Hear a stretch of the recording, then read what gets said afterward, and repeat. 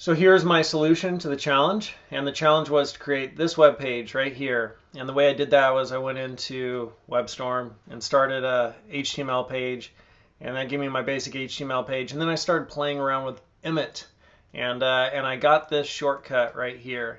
And so this shortcut right here recreates this repetitive nature on the page where I have a heading, right? And then that heading is followed by 3 paragraphs.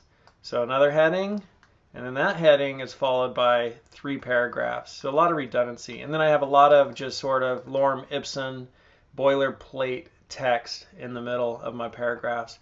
And so to do that, I first said I want a heading, so that's H1. And then each heading is going to have an ID. And so the ID will be like this one right here, right? There's one ID, and then here's the next ID. And to get those IDs, I do the pound sign, and then my ID is going to be the word element followed by a $sign. So it'll be element 1, element 2. That dollar will increment by 1 each time through. And then here we have, I want some content in the middle. And so for my H1 tag, my heading, I want some content in the middle. So header, $. That gave me header 001, header 002. And so that was like the first chunk to get my headers. And then at the same level, not nested underneath the header, which means it would have been inside the header, right? But the same level as the header with a plus sign there, I want 3 paragraphs. And nested within each paragraph, so nested within each paragraph, I want lorem ipsum text. And so that lorem ipsum text is here. And I want this all repeated 4 times. So kind of crazy, but also kind of helpful. And when you figure out how to do little Emmet things, that's kind of nice. So I got all that stuff right there. And then once I had all of that, I put in an image up above it. And so that gave me, this stuff, all my headers, and then I have an image up above it. Cool. So that was pretty much it. And then I needed to put on my reset CSS, and then I put on my main style sheet, and the rest of the work was over in my main style sheet. So I come over to my main style sheet, and the way I like to organize, and one way there's different methodologies for organizing your CSS, like how should you organize it. And the way I sort of like to organize my CSS is top to bottom. So top to bottom in my web page, here is the CSS I'm applying. So I have HTML body image H1, and over here I have HTML body image H1. So it just kind of parallels it. And so the first one was just like, font size. I just copy this straight over from the Mozilla example. I don't need that actually. And I set my font, I set my background color, and I set my width. And so that's this part right here. That's the body right there. I'm setting the width of that.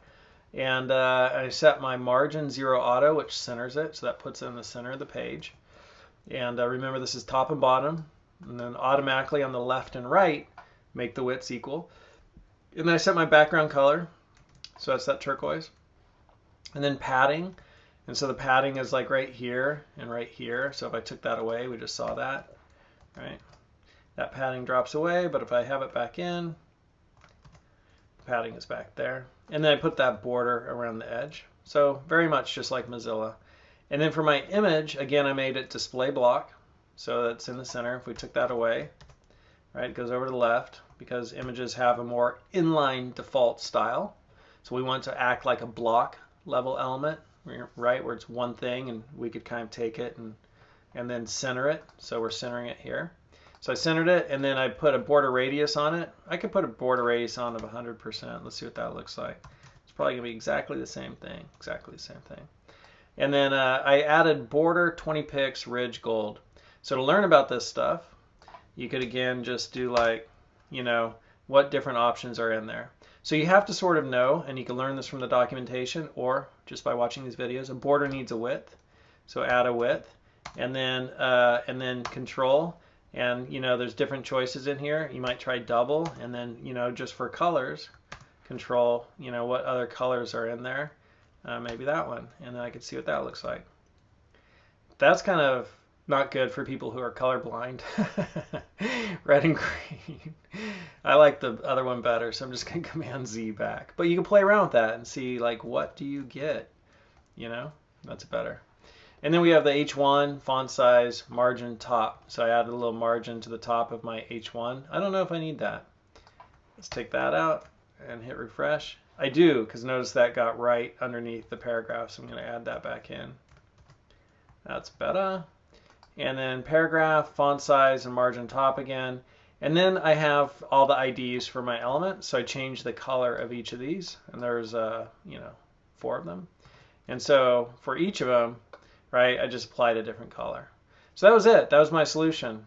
And pretty simple, pretty clean, pretty lean for a pretty nice effect to get some nice things on the page. Next video, we're going to do a review of everything we have learned in this section.